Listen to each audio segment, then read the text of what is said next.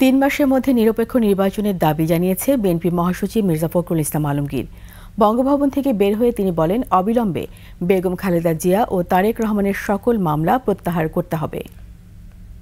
আমি সেলিউট জানাতে চাই আমাদের তরুণ ও যুবকদের, যারা আজকে গোটা জাতিকে উদ্ধার করেছে, যারা এই দীর্ঘ প্রায় 1 মাসের সংগ্রামে সমগ্র জাতিকে ঐক্যবদ্ধ করে এক অভূতপূর্ব গণ অভ্যুত্থানের সূচনা করেছে। কতগুলো মৌলিক বিষয়ে সিদ্ধান্ত হয়েছে। সেই সিদ্ধান্ত প্রথমটি হচ্ছে সেটা হচ্ছে যে পার্লামেন্ট ভেঙে দিয়ে অতি দ্রুত একটি ইন্টারিম গভর্নমেন্ট, অন্তর্বর্তীকালীন সরকার গঠন করা হবে নির্দলীয় সরকারদেরকে নিয়ে। আজকে সিদ্ধান্ত হয়েছে যে দেশনেত্রী বেগম খালেদা জিয়াকে অবিলম্বে কোনো কালক্ষেপ না করে তাকে মুক্তি দেওয়া হবে।